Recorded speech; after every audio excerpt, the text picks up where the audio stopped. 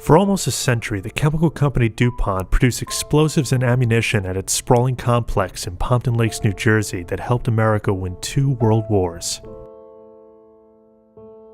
But the chemical giant also left a history of pollution in the town, including a plume of contaminated groundwater that migrated beneath more than 400 homes where cancer-causing chemicals have vaporized through the soil and into some basements.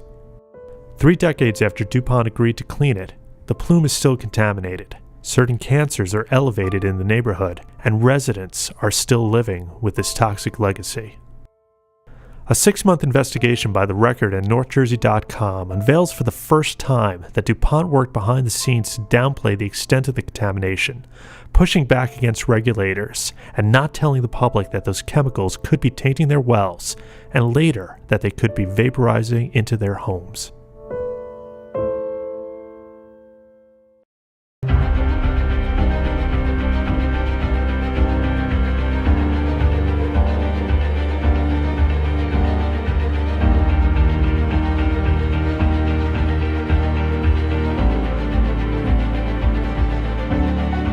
$7,000 employees during World War II. This was our home.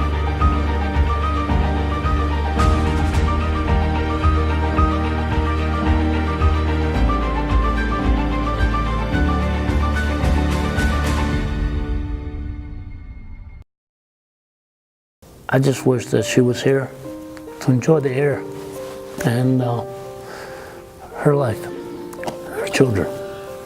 She was in, we had to put her on the first floor because she couldn't make it upstairs to her bedroom. She couldn't make it to the bathroom. We had a hospital bed there where she could sit up. She would sit up and she used to look out the window, constantly look out the window. She was awake. I think she knew what was going on. She knew she was dying. And she was worried with the stuff that was going across the street. People walking around in a hazmat suit, they're out there testing the wells, they're out there making sure the water flow is there. That's what I found out. They had the suits on, they're digging down the street, right down the corner, and she's laying there in bed dying. And I just hope they held accountable. They really held accountable. People that directed this water toward us, underneath our homes, the plume toward us, it didn't come there by accident. It was there put by them. But DuPont, at the lake, at our homes, 450 homes contaminated, there's no way. People are dying over there. People are dying and they're going to be dying. If they're not stopped, if they're stopped, they keep pumping and dumping underneath our homes. That's what they do. My next door neighbor, she's sick. She's got a problem with the liver, cirrhosis of the liver, never drank in her life. Where she's going to need a liver transplant just because she lived on Arbor Drive, right next door to me.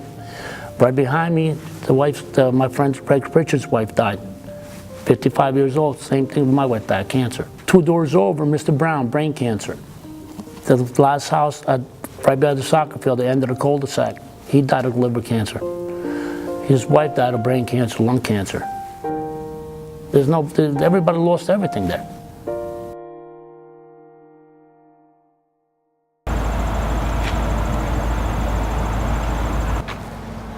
As far as I know from history, DuPont in the early 1900s took over an active munitions plant here. They manufactured, I think, munitions and blasting caps at the time. Then it just became a factory for manufacturing blasting caps and doing some cladding of materials. They were active during both world wars. They employed a lot of people in town and out of town. Not just Pompton Lakes. This whole village was built as an employee village, DuPont Village. And so originally all their employees lived here. They gradually wound down their operations over the years. Well, when I got elected mayor, I got in and found out I had to do weddings. I had to get to Bibles, because there was a tradition of handing a Bible out every time you did a wedding. I couldn't get to the Bibles because they were in a locked filing cabinet, and the former mayor wouldn't give me the key. I kept repeatedly asking him for it. So finally in March, around the towards the end of the first week in March of 1988, I got so frustrated, called a locksmith and had him drill out the filing cabinet. And that's when I found 3 volumes, like about that thick, with DuPont on it, about how they planned on remediating the shooting ponds on their property. And it was a document they had given to the DEP. A letter fell out. I looked at the letter. It was dated September 28th, I believe, of 1987. And we had 6 months to comment on it and ask for a hearing, or we would be forever time barred from asking for anything. And that left me 2 weeks to ask for the hearing. That's how the whole process got started. In 1987, when I found out about what was going on, it was because they were planning on abandoning the property altogether. That was what the original permit was for, to clean up those shooting ponds, and then they were out of town.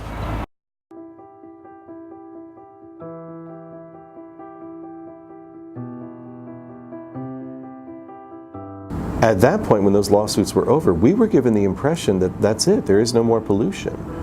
It was a lie that we were fed, and now, moving forward, once those releases were signed, all of a sudden there was a plume.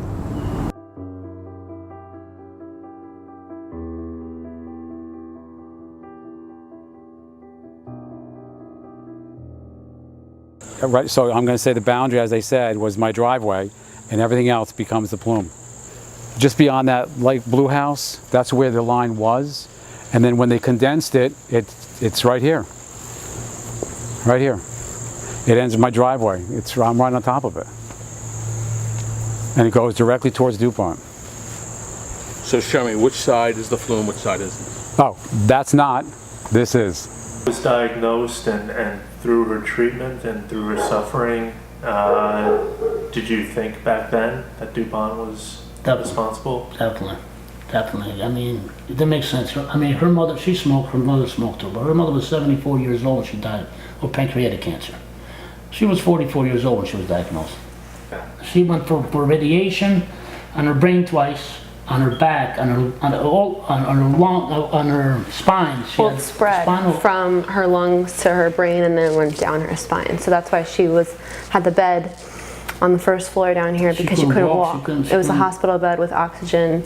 And then when the spill happened, there were men testing with the hazmat suits. You're watching them from the street. They're in hazmat suits across the street. And she has the oxygen up her nose, and they're fully clothed with the suits on. Did she spend a lot of time in the basement? In the base, she worked from the house the last 2 years of the house. I mean, over life. She was working from home. She was here all the time. If this is true, and we're sitting here thinking this is a pilot study, and it's not, every one of you should stand up and say, not in our backyard, not in our town, not in our homes. We are done with this. They need to come and do a complete cleanup. This is a lot of crap, and they're shoving it down our throats. My husband is an electrical engineer with 2 masters and a doctorate. Age 57, he can now with Parkinson's disease. He can barely eat, swallow, walk. At this present time, I took him to the Parkinson's Hospital, Muhammad Ali Center, to see what they could do to help me. I tried everything possible, and they told me, wherever you live, whatever you're by, he's contaminated with lead and mercury, and that's because my husband spent many, many years in the cellar of our home. I just don't understand. You can't trust DuPont, Kenmars, any kind of business. Oh, see, here's somebody out here tearing up our site. That might have been from the mowers. Again, if you looked at the pictures, in here was the main maintenance areas, and mechanical shops was over in here. So that would be solvents, right? They'd be Yep. using those solvents. Yep, and we do find some in here, but again, the soils are not indicative of a big, here's where it was dumped. Yeah.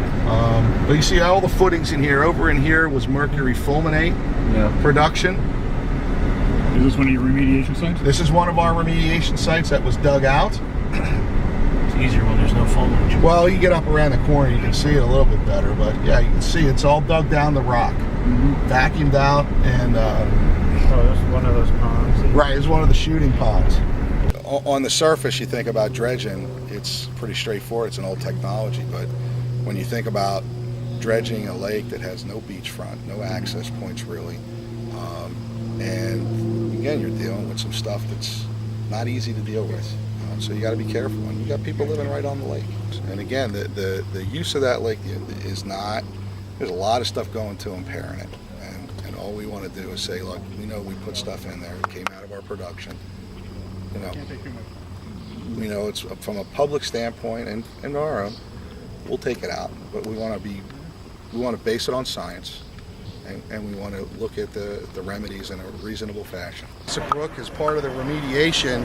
What happened is that the sediment that was contaminated was picked up and moved, excavated out for disposal, and what was put back in was clean fill and the riprap to allow the upper reaches of the stream. This stream goes all the way down to Pompton Lake. The headwaters of it are in the upper reaches of our property. This was all part of the larger Asset Brook remediation that occurred both on-site and off-site all the way down to the pond. It goes back, there was some more production up in here of caps and primer cord and whatnot. That's one of our monitoring wells that are out here. 7,000 employees during World War II. Just totally empty. Yep. They were busting them in from Newark and New York City. It was amazing.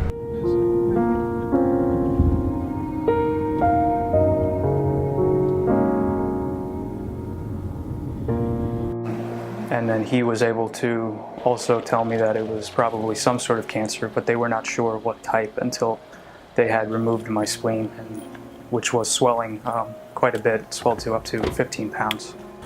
You moved out of the house? Almost immediately, yes. Why? As soon as I had gotten the diagnosis, it became kind of apparent to us that there was something going on. We had known that there were others in the area who were getting sick, who had been sick, and with this rarity, as rare as the cancer is, it didn't seem like something I would have just kind of acquired. It seemed like something I had to have been exposed to, whether or not, you know, anyone wants to address it, if it is or not. There's no other thought in my mind that this came from the DuPont. So staying in the house you thought would make you more sick? Probably, yes. I would end up continuously coming down with some sort of cancer or some other, you know, just being in that contamination it's not healthy. It's been really tough. Very, very tough.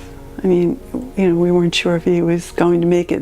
When he had the surgery and had his spleen removed, which was the size of a turkey, I mean, it was like hard to believe. And then they said he had to have chemo right after that.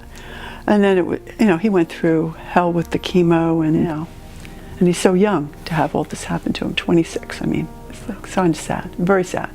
The residents deserve compensation for what has happened. They need to be moved off of the site, as has happened in Love Canal or in the other major Superfund sites around the country. And we need to figure out how far it possibly has spread.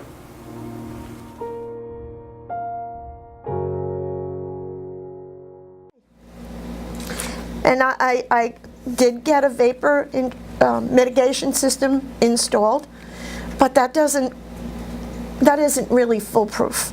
It takes it out, but it's not completely foolproof. So every day you worry, is it safe? Is it safe to live here?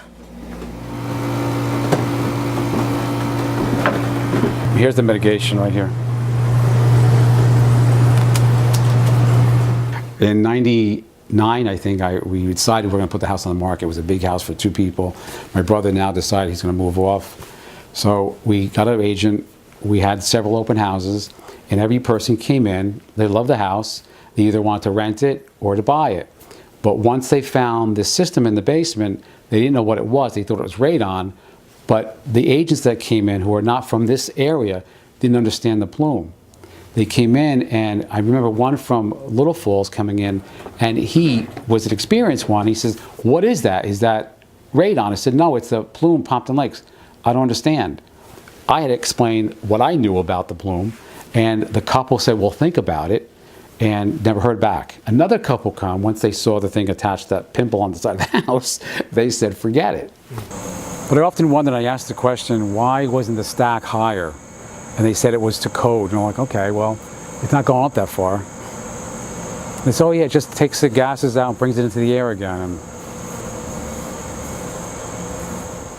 2008, that's when they came in. They put the holes in to test it one more time, and then they put the irrigation system in. Do you feel safer with that? I don't even know what it does. So we were basically told after the fact, after giving them, amnesty, if you will, that, oh, by the way, there's contaminated groundwater under your home, there are gases that are potentially seeping up through the cracks in your basement, and they're carcinogenic. And then within a year and a half, the Department of Health and Senior Services announces there's 2 cancer clusters in the plume. And then they back off and say that they can't relate them to the pollution. And this horrible game begins where, on one hand, we're trying to get the news out of what exactly is happening from our perspective as residents, and then how government and the polluter are trying to obfuscate the story.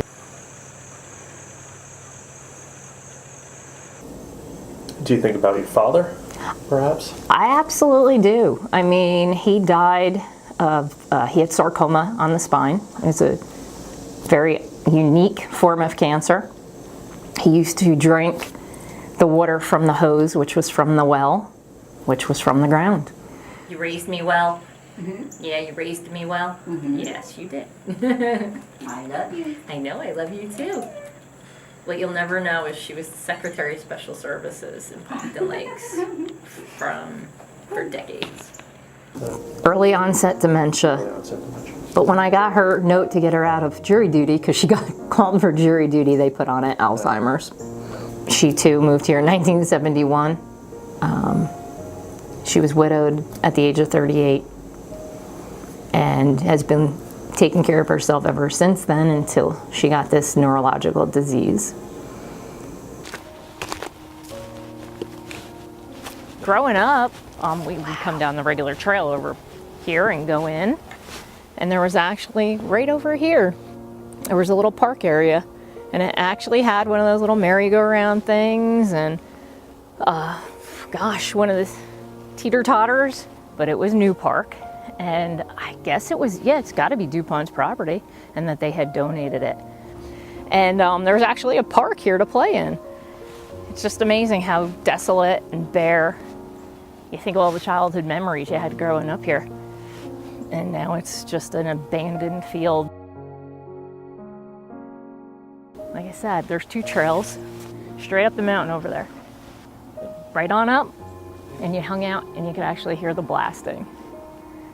My mom stayed here. I left in 1998. The first lawsuit from DuPont was settled.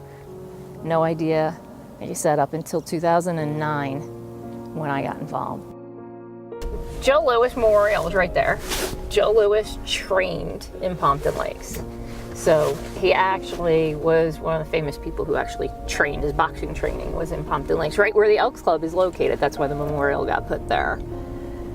Here's our lovely contaminated lake. It's where they're dredging right now, actually. You can see the gates are open and the equipment's running. So there's the dredge right there.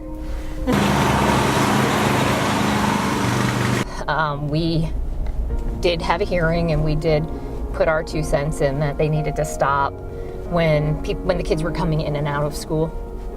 So, because it is right next to the school. That's the middle school I went to. It looks exactly the same as when I was there. So that was my middle school, Lakeside Middle School. My mom actually worked in that school. That school has been tested and should have a vapor intrusion system on it. So we had asked to try and get a buoy put out in the middle so that when you're standing on the bridge, you'd see the sign that says, "Don't eat the fish, they're contaminated."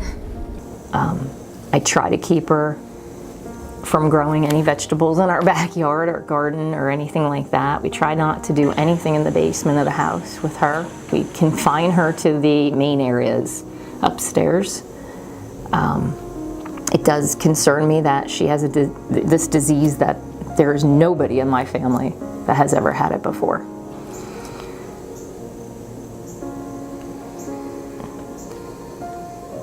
There'll come a day where she can't be in this house anymore because of that disease.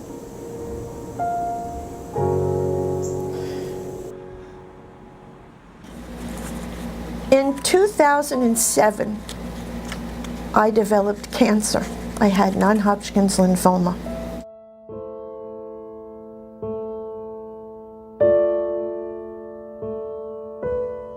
I had from stage 3 to stage 1. And I went through the cancer treatment,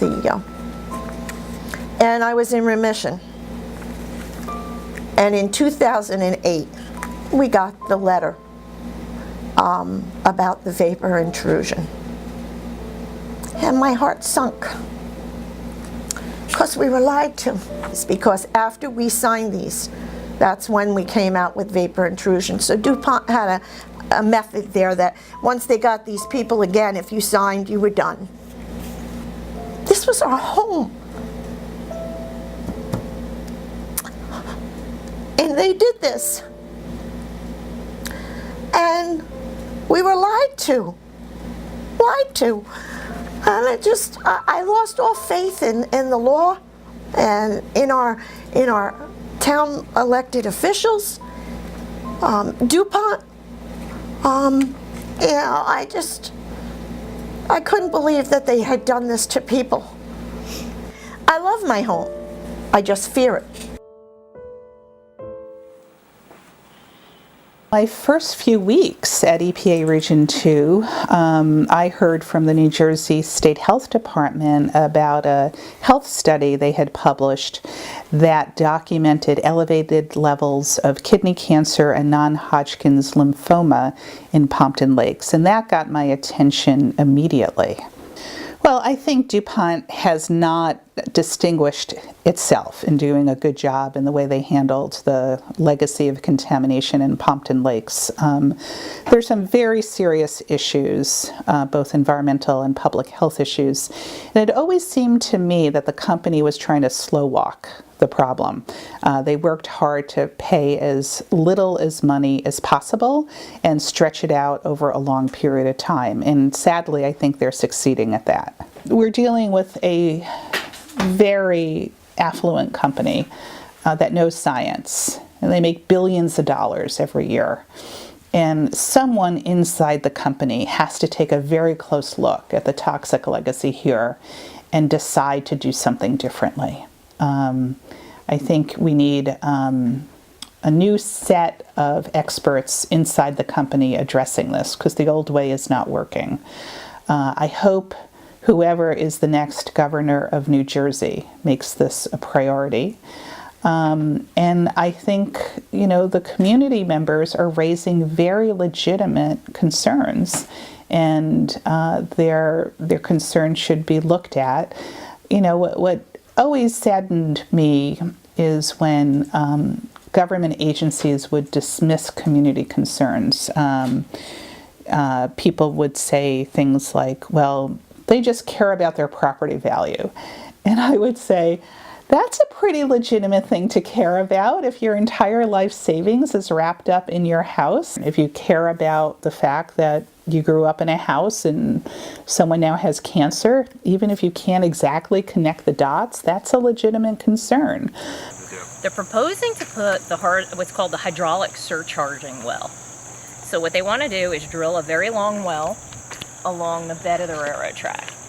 They want to basically flush with clean water into this pipe and push the groundwater contamination in that direction toward the lake.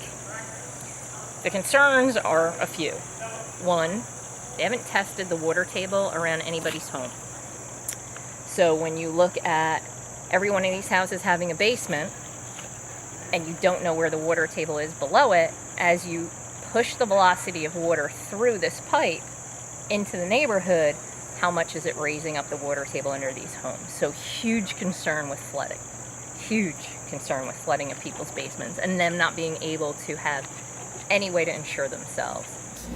November 28, 2007, when I got elected, I started asking the former mayor, John Marin, if DuPont would hold a public meeting, which never happened, but the special council meeting happened in November.